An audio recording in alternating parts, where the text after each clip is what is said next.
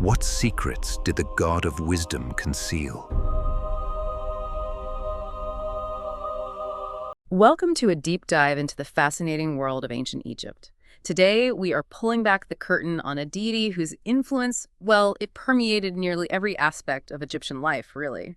From the celestial realm, the cycles of the cosmos, right down to the scribal arts and the fundamental pursuit of knowledge. Our mission today is yet to explore the layers of meaning and influence surrounding one of ancient Egypt's most complex and, frankly, vital deities, Thoth. We're going to try and understand not just who he was, but why he held such importance and how all his roles intertwined to maintain cosmic order. We've gathered quite a stack of sources for this deep dive, pulling from detailed overviews, from well-regarded encyclopedic resources, and also looking at how Thoth is presented in educational content. Think of this as maybe a shortcut to being well-informed on the Lord of Divine Words. Yeah, we're basically extracting the most important nuggets, trying to give you a really comprehensive look at Thoth's many facets, his absolutely vital roles in mythology and, daily life, and his surprising legacy that extends far beyond the sands of Egypt, even reaching us today. Get ready for some surprising facts, some profound insights, and a close look at the god often depicted with that very distinctive head of an ibis, or sometimes a baboon. Okay, so let's unpack this. To truly get a handle on Thoth, we kind of need to start with the basics. His names, how the Egyptians actually saw him, and what fundamental areas of existence he governed. All right, let's dive right into his name, because even that holds clues about his nature, doesn't it? We know him best today as Thoth, but that name is actually, well, it's been on a journey itself. It really has. It comes to us through the Greeks. First, they called him Thoth, or sometimes Thoth, and then later it filtered through Coptic, where it shows up in various forms like Thoth, Thoth, Taudos, or Thor. Lots of variations there. But his original ancient Egyptian name was Thuthuti. Now, Egyptian isn't like English. The vowels aren't always written down, which makes pronunciation tricky. Exactly. So today, scholars often transliterate it using the consonant skeleton as Jehuti. But you might see other spellings out there, Jehuti, Tahuti, Zehudi, Titu, or Tetu, all trying to capture that original sound. And while we can't be, absolutely certain of the exact ancient pronunciation, reconstruction suggests it might have sounded something like Tharahauti.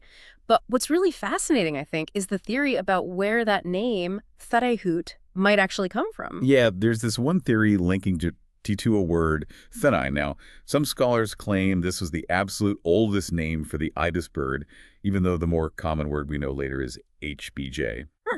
And if that's right, the suffix saridi basically means something like he who is like the ibis. Wow, okay. So his name itself could be this direct, really ancient connection to one of the animals most sacred to him, almost identifying him as the ibis, the original ibis. That's a pretty deep root for his identity. It really is. Yeah.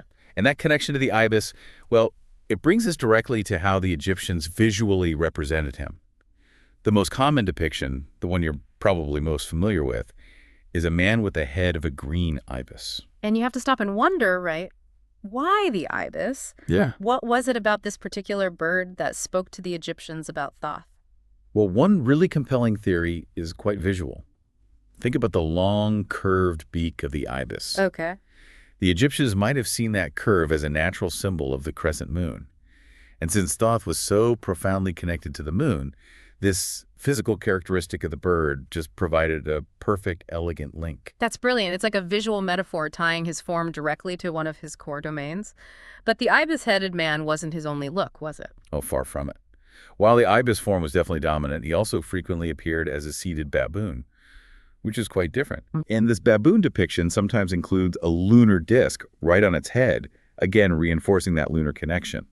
What's interesting, though, is that when he was specifically representing his role as a Hyanian, the god of equilibrium, he was often shown as a man with the head of a baboon. Oh, so the baboon form was tied more explicitly to balance and order? Is that the idea? Yes, that seems to be the case. It signified that particular function. And occasionally, though it was less common, he could even appear in a completely human form, known sometimes as Ad Jehudi. So they really use these distinct animal forms to kind of signal his different aspects and powers. And sources mention he wasn't even limited to his own standard headgear, right? He sometimes borrowed hats. That's right. You'll sometimes see depictions of him wearing the headdresses associated with other gods, like Shu or Anchor, or even wearing royal crowns like the Atef crown or the big one, the double crown of Upper and Lower Egypt. What does that suggest? Maybe his importance was sometimes assimilated or linked with the authority of other major deities, or even the king himself. Precisely. It shows his high status and how his functions could overlap or connect with others. And beyond his physical form, the symbols he carries tell us even more about his roles. He often holds the Ankh, that powerful symbol of light. It's classic Ankh, yeah. And his other symbols really hammer home his core domains. The moon disk itself, obviously connecting him to his lunar role. Then you have papyrus scrolls, reed pens, a writing palette, a stylus, basically the entire toolkit for writing and knowledge. The tools of the trade. Exactly. And also scales, which signify his crucial role in measurement, balance, and importantly, judgment. Okay, so putting all this together, the names, the forms, the symbols, what were these core domains? What was Thoth actually the god of? He was incredibly multifaceted. Yeah. Real polymath among the gods, you could say. Fundamentally, he was the god of the moon. But intrinsically tied to that were his domains as the god of wisdom, knowledge, writing, hieroglyphs specifically, science, magic, art, and judgment. Wow, that's a portfolio. It is. And these weren't really separate areas for the Egyptians. They were all deeply interconnected facets of his divine being, stemming from that core of lunar regulation and intellectual power. It's also quite striking that ancient Egyptians regarded him as one, self-begotten and self-produced. That's not how most gods were born in their pantheon, is it? What does that tell us? It really speaks to his fundamental, almost primordial nature in their cosmology. It suggests he wasn't created by other gods in the same way, but was perhaps an inherent principle of the cosmos itself, something that just was right from the beginning. It highlights his unique and foundational place in their understanding of reality. And while he was often seen as singular in origin, he did have divine counterparts and consorts associated with him. Yes, absolutely. His main feminine counterpart was Seshat, the goddess of libraries, writing, measurement. You can see the overlap. She was often called his wife, or sometimes even his daughter, highlighting that very close connection between their domains. Maat, the goddess of truth, justice, and cosmic order, was also sometimes considered his wife. Another pairing that makes perfect sense given his role in judgment and equilibrium. Right. And there was another consort, Nematawi, who was particularly linked to him through the myth of the distant goddess, which I think we'll definitely get into later. Okay. And here on Earth, his main base of operations, his chief temple and cult center, was at Hermopolis, which the Egyptians called Khemenu. Right, Khemenu. Later, in Coptic times, it became known as Shmun, and today the archaeological site is called El Ashmanain. But sadly, our sources tell us that the temple complex there, well, it didn't fare so well over time. No, unfortunately, it was mostly destroyed even before the Christian era, and much of what might have remained was dismantled much later. It's a really stark reminder of how much knowledge tied directly to his primary center of worship might have just been lost to time. That gives us a really solid foundation for understanding Thoth's identity. Now, I want to delve into his origins and early roles because they are just as varied and fascinating as his depictions. We're talking creation, cosmic balance. Yeah, his birth myths are, as you said, quite mysterious and varied, which only further underscores his unique nature and his intellectual essence. One prominent story, for instance, says he was born directly from the lips of Ra at the very beginning of creation. From the lips of Ra, I mean, what a powerful image. It sounds like divine utterance, like divine thought itself just becoming manifest. Exactly. In that specific myth, he's sometimes called the god without a mother, symbolizing divine thought or creative logos becoming manifest in the cosmos without a conventional birth.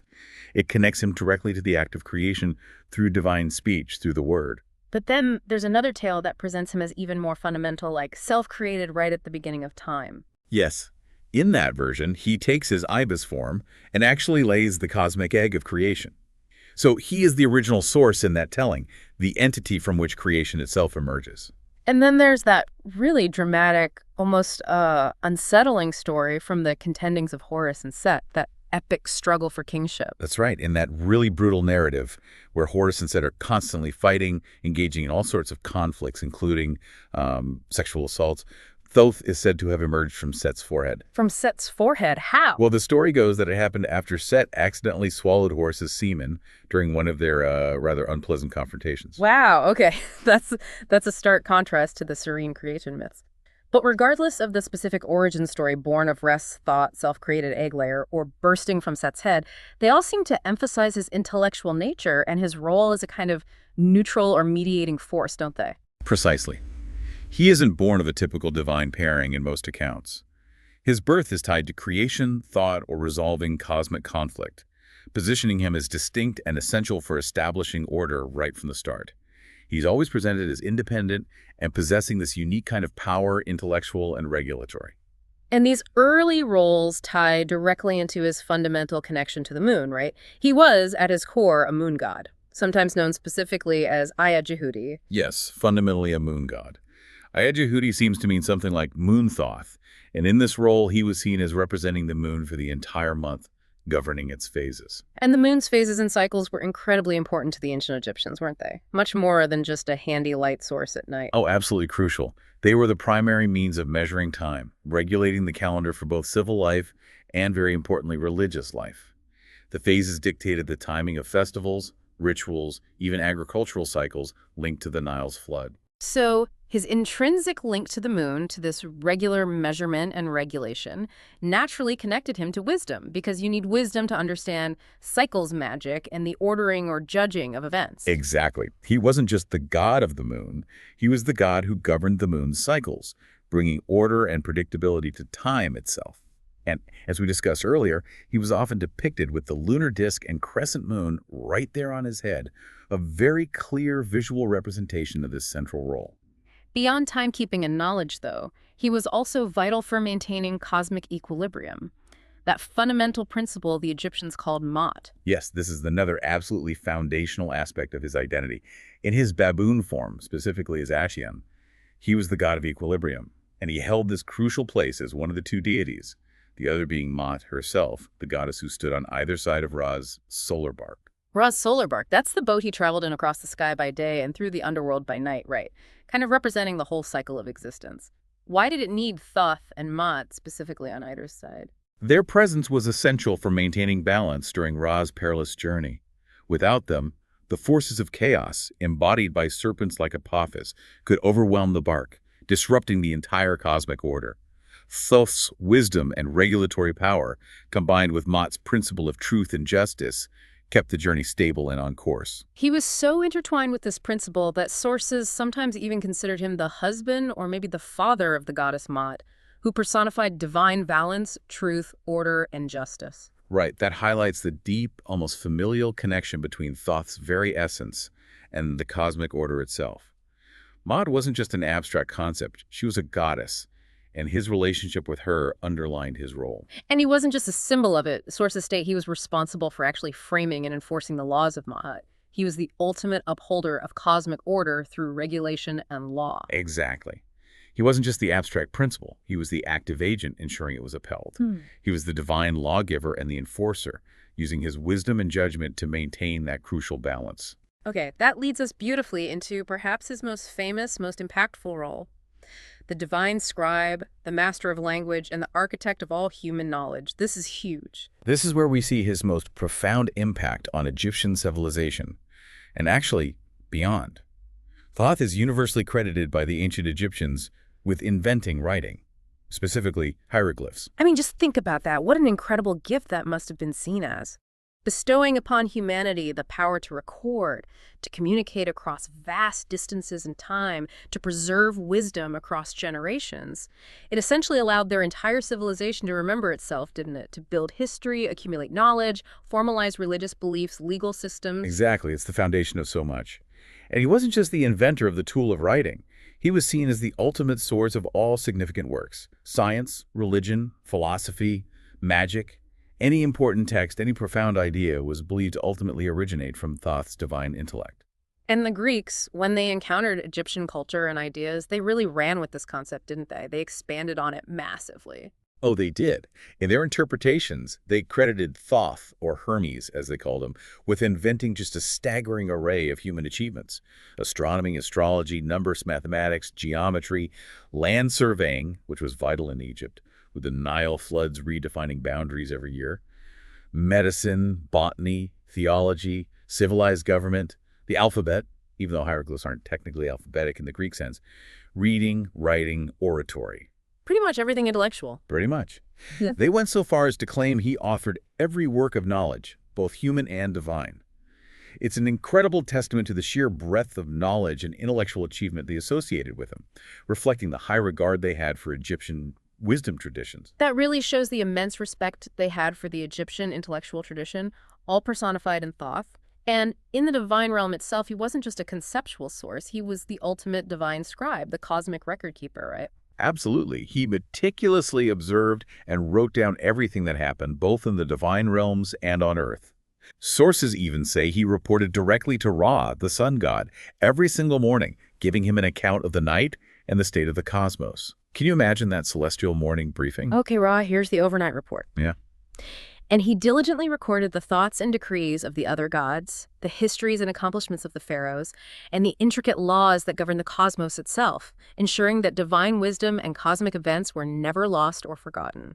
His role extended to maintaining these vast, unseen celestial archives, divine libraries, essentially, holding the blueprint of existence itself.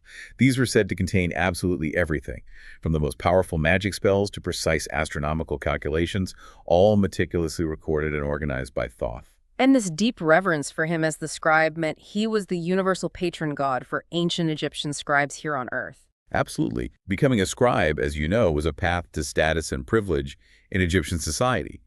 And these individuals looked directly to Thoth as their divine protector and inspiration. It makes perfect sense. Many scribes kept paintings or little statues of Thoth in their offices or writing chambers, essentially dedicating their workspace and their craft to him. It's also mentioned that the ibis itself became one of the symbols for scribes, reinforcing that connection even further. And there was that lovely little tradition, wasn't there, about honoring him before they started their work each day. Yes, a tradition held that scribes would pour out just one single drop of ink in his honor before starting their writing. It's such a small but profound gesture, acknowledging the divine source of their craft and the immense power they believed was held in the written word, gifted by Thoth. That tradition really highlights the deep reverence for writing and knowledge in Egyptian society. It wasn't just a skill, it was seen as a sacred act. And scribes, they believed their work granted them a form of immortality, didn't they? Hoping to be welcomed in Seshat's heavenly library after death. Exactly. Where they could continue their pursuit of knowledge for eternity under the patronage of Thoth's consort or daughter, Seshat. It was the ultimate afterlife goal for an intellectual. Okay, so moving beyond the purely intellectual realm and the earthly world of scribes, Thoth was also a supreme master of magic and a crucial mediator of conflict in the divine world. These seem linked. They are very linked. He wasn't just about recording knowledge, he wielded it in powerful, active ways. Sources describe him as the supreme master of Hika, that's the Egyptian word for magic, which was deeply intertwined with language, utterance, and divine power. He possessed this profound knowledge of spells, enchantments, and powerful words that could directly influence reality itself. And a key example of this magical prowess comes from the central Osiris myth, right? The whole Eye of Horus incident. Absolutely. After Set brutally tears out the Eye of Horus during their legendary battle, it's Thoth who famously restores it. He uses his magical words and his healing abilities. And this wasn't just a physical fix. The restored Eye of Horus, the Wedjat Eye, became this incredibly powerful symbol of healing, protection, wholeness, and offering throughout Egyptian culture. Thoth's magical act was pivotal for Horus's eventual triumph and the restoration of cosmic order. So he was a divine healer through magic, using the power of words and knowledge, not just a recorder or lawgiver. And alongside that power, he was also the ultimate divine mediator, essential for navigating the disputes among the often, let's face it, quite contentious gods. Yes, he played an absolutely crucial role in resolving disputes among the gods. He became particularly associated with the arbitration of godly disputes in later periods, but the role seems inherent. His wisdom, his knowledge of precedent, and his perceived impartiality made him the perfect choice for settling divine arguments. Going back to the contendings of Horus and Set again, he wasn't just born from that conflict in one story. He was present throughout the whole epic struggle. That's right. He served as the official scribe, meticulously recording the events, documenting the claims, and the often quite outrageous actions of both Horus and Set. But more importantly, he offered crucial advice throughout the long trial. He acted as a wise counsel to both the warring deities and to the divine tribunal that was trying to judge their claims to the throne. And showing his commitment to balance and ensuring a fair contest, which is really key to his nature. Sources tell us he even healed both Horus and Set at different points during their battle. He did. And this wasn't about favoritism at all. It was specifically to ensure the contest was fair, preventing either side from gaining a permanent, debilitating advantage through injury. He literally helped put the universe back in order with his words and wisdom during these divine conflicts, guiding the divine court toward a just resolution, and even healing the contenders so the process could continue fairly. That really reinforces his role as an upholder of Ma'at, doesn't it? Not just through abstract cosmic balance and law, but through ensuring fairness and order even right in the middle of divine chaos and conflict. Absolutely. He served as a just and incorruptible official and judge in the divine realm, presiding over tribunals and ensuring the laws of Ma'at were applied correctly. There's even a mention of him lifting the goddess Ma'at herself up to her father, Ra, a symbolic act visually representing his alignment with and active support for this fundamental principle of cosmic order. So he had real authority. Immense authority when it came to upholding order and justice. And while he could be a gracious peacemaker, bringing harmony through wisdom, the sources also suggest that if the laws of Ma'at were broken, he could be a merciless executioner of divine will against transgressors. He had both sides, the wisdom and the enforcement. His roles weren't just conceptual or, behind the scenes in these divine courts. He played absolutely vital parts in key Egyptian myths that really shaped their understanding of the cosmos and their own existence. Absolutely central parts. One of the most significant, I think, is the calendar myth. Thoth is credited with the actual creation of the 365-day calendar, which was just a cornerstone of Egyptian life, regulating everything. How did that work? Wasn't the year originally shorter? Yes, originally the Egyptian year was only 360 days long, neatly divided into 12 months of 30 days each. But in this original setup, there was a problem. The sky goddess, Nut, was forbidden by Ra from giving birth to her children on any day of this 360-day year. He laid down the law. Ah, okay. And here's where Thoth's cleverness comes in, right? He didn't challenge Ra directly, did he? No, that would be unwise. Instead, he found a loophole through sheer ingenuity. He went and gambled with Aya, the moon god. Remember Thoth's connection to the moon, whose light also governed time. What were the stakes? He gambled for 172nd of Aya's moonlight. Now think about the math. The original year was 260 days. 172nd of 360 is... It's 5 days. Exactly, 5 days. And Thoth, being Thoth, won the gamble. Through this cosmic game of chance or perhaps skill, he won 5 extra days worth of light. These days were specifically not part of the original 360-day year decreed by Ra. They were considered outside the normal year, special or epigomenal days tacked onto the end. And because these 5 days were outside Ra's original decree that Nut couldn't give birth on any day of the year. Nut could finally give birth. She gave birth to the next generation of absolutely crucial gods: Osiris, Set, Isis, Nephthys, and the elder Horus, one on each of these 5 extra days. That story is brilliant. It perfectly illustrates his connection to time, measurement, but also his incredible cleverness. He found a way to navigate a seemingly unbreakable divine decree, not through force or confrontation, but through wisdom, calculation, and, a bit of cosmic gamesmanship.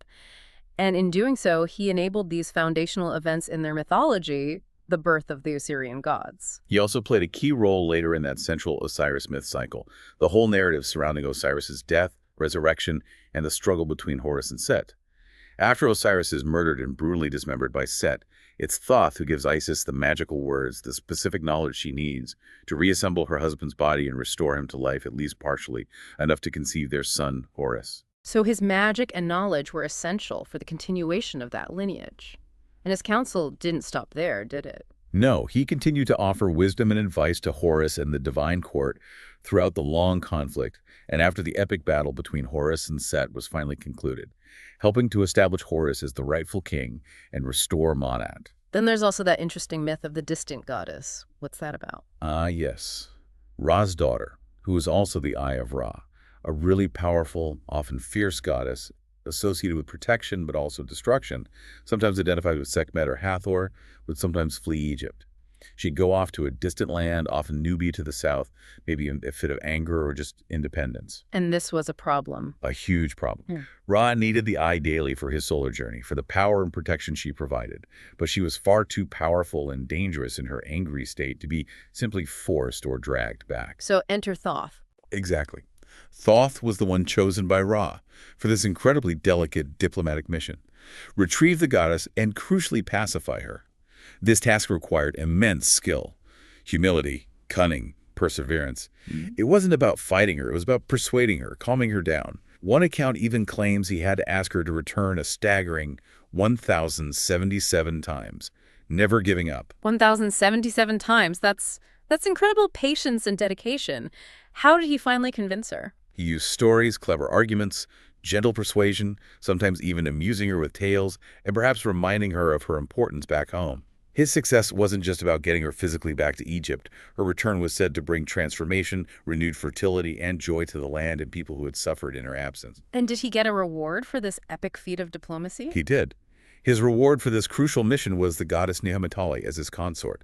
Her name means something like she who rescues the rescued, and she's often seen as a personification of the pacified distant goddess herself, brought back into harmony by Thoth's wisdom. Finally, after his cleverness in the calendar myth earned him special favor with Ra, Thoth was given a seat of honor in Ra's skyboat, the one that traveled across the heavens by day. Yes, but his role in the bark was arguably even more vital during the night journey, the terrifying passage through the underworld, the Duat. By night, the monstrous serpent Apophis, the embodiment of chaos and non-existence, would attack Ra's bark relentlessly, seeking to destroy the sun god and plunge the entire world into eternal darkness. A cosmic battle every night. Every single night.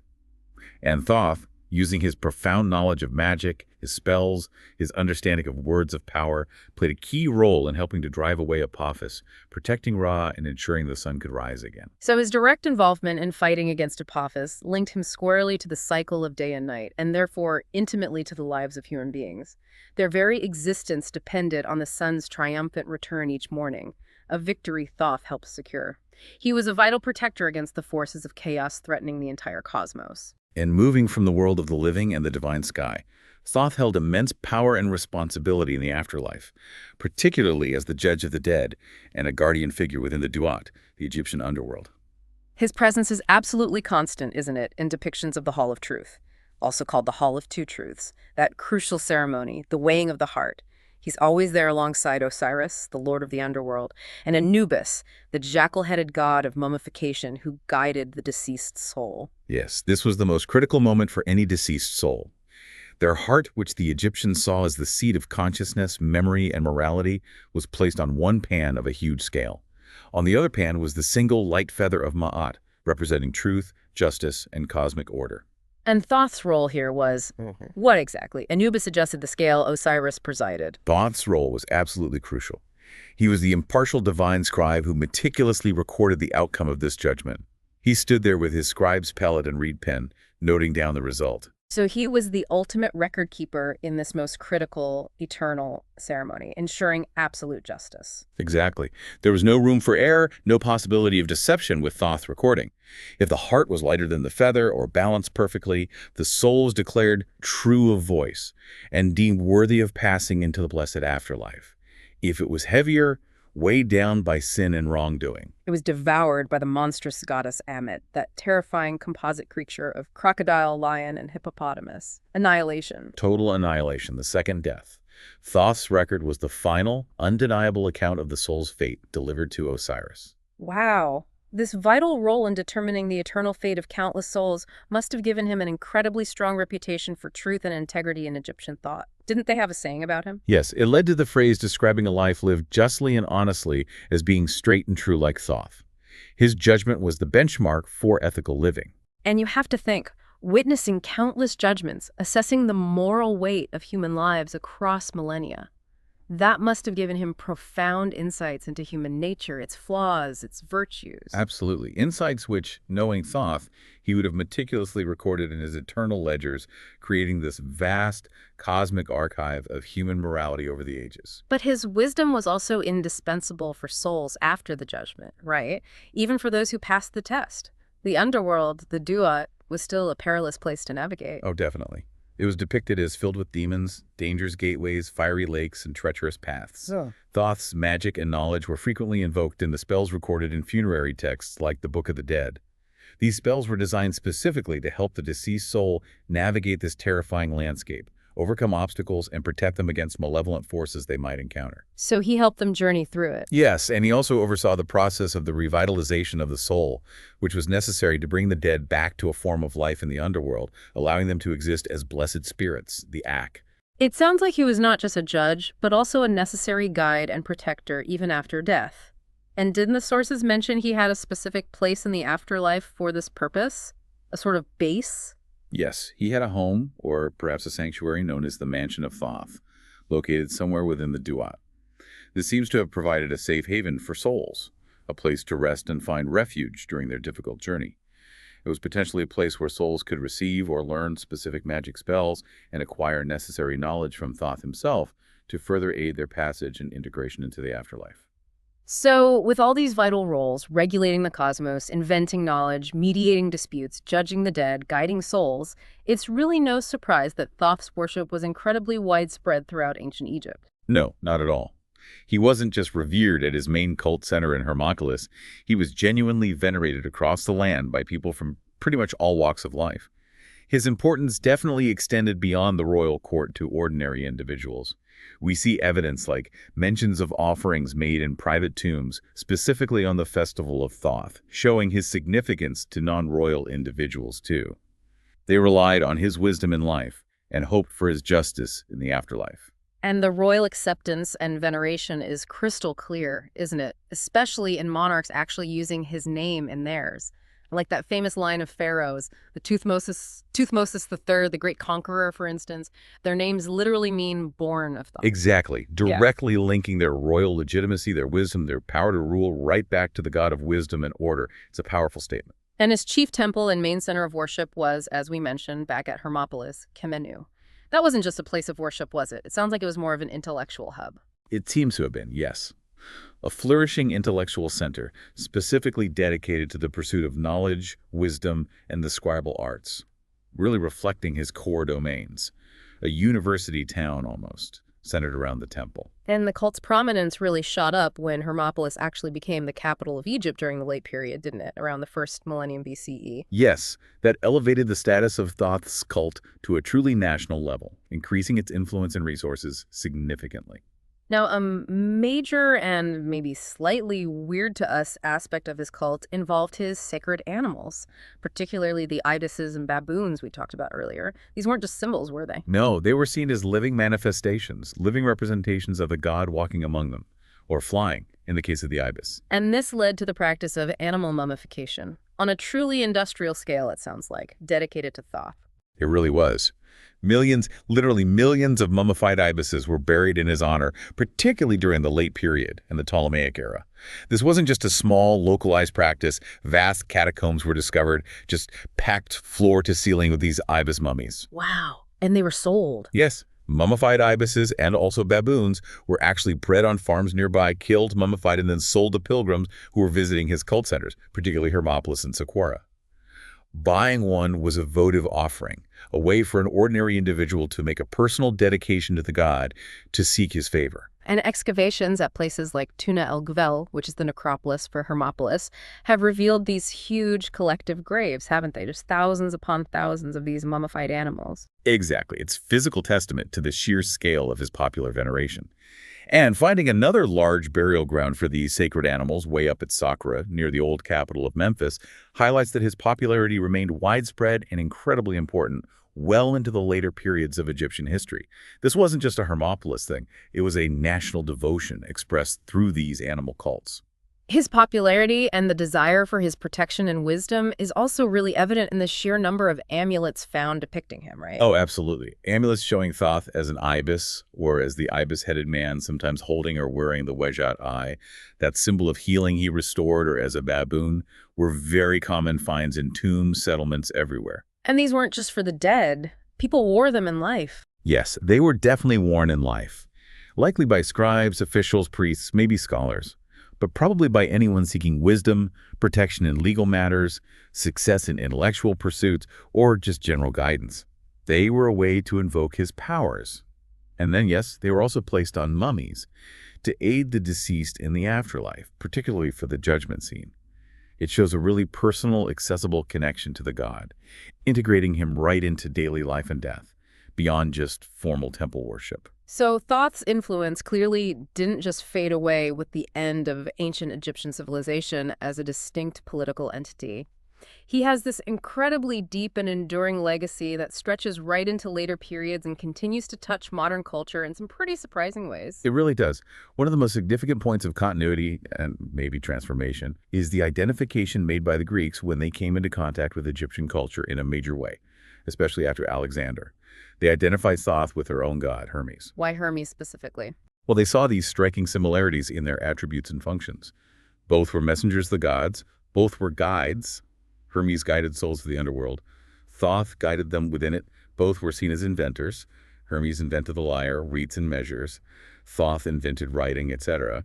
And crucially, both were connected to magic, knowledge, interpretation, and communication. It seemed like a natural fit to them. And this identification was so strong that the Greeks literally renamed Thoth's chief cult center Kemenu, didn't they? They did. They renamed it Hermopolis, literally the city of Hermes. That shows you how complete the identification became in the Hellenistic mind. And this merging of identities, Thoth and Hermes, led directly to this incredibly influential figure, Hermes Trismegistus. Where does the Trismegistus part come from? That comes from one of Thoth's original Egyptian titles, which meant something like thrice great or great, great, great, emphasizing his supreme power and wisdom. This title was directly translated into the Greek Trismegistos, meaning thrice greatest. So Hermes Trismegistus is essentially thrice greatest Hermes, who is also Thoth, and he became this foundational, almost mythical figure in what we call the Hermetic tradition. Exactly. And the Hermetic tradition, embodied in texts called the Hermetica, is this vast, complex body of philosophical, religious, magical, and alchemical texts that emerged in Egypt during the Hellenistic and Roman periods. It profoundly influenced Western esoteric traditions, alchemy, magic, astrology, Renaissance philosophy, even aspects of early science. It's a direct lineage showing the enduring appeal of Thoth's association with profound, often secret or esoteric, wisdom. And Hermes Trismegistus himself was sometimes reinterpreted not just as a blended god, but as a real historical sage, right? An ancient Egyptian wise man. Yes. Sometimes he was euhemerized, treated as a real person, a great historical thinker who lived in the distant Egyptian past, maybe even before Moses. This added another layer to the legend, making his wisdom seem incredibly ancient, primordial, and foundational to all later knowledge. That association of Thoth, the inventor of writing and master of Heka, magic, also seems to have birthed this strong, persistent tradition about a mythical book of Thoth.